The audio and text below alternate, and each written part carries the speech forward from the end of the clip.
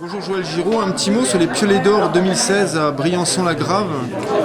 Pour moi, c'est vraiment l'incarnation de l'esprit de cordée, parce qu'aujourd'hui, il y a un territoire qui souffre, qui est le territoire de la Haute-Romanche, avec cette prestigieuse Meije au-dessus de la tête, mais aussi avec au-dessus de la tête des rochers qui se sont éboulés et qui ont arraché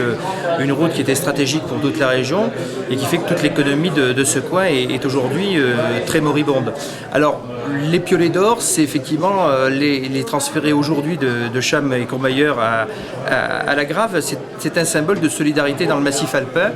Et pour moi, c'était vraiment important que cette rencontre avec Christian Tromsdorf, qui s'est faite d'ailleurs en marge du Conseil national de la montagne à Chamonix au mois de septembre,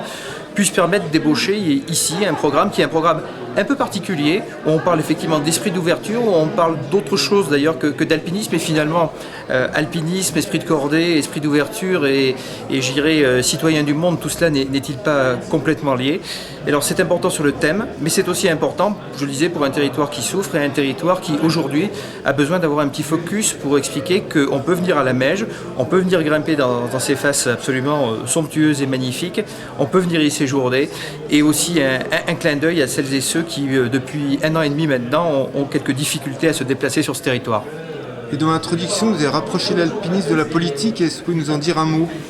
Je trouve que l'alpinisme, l'esprit de cordée est un esprit qui est un esprit qui doit finalement relever de la solidarité, et c'est vrai qu'il y a une théorie politique qui est le solidarisme, qui avait été développée par Léon Bourgeois, qui était un député radical du 19e et du début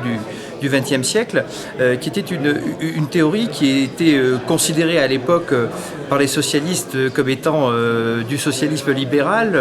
par les gens de droite comme étant quelque chose qui relevait du gauchisme le plus radical qui soit, et qui a été porté au niveau international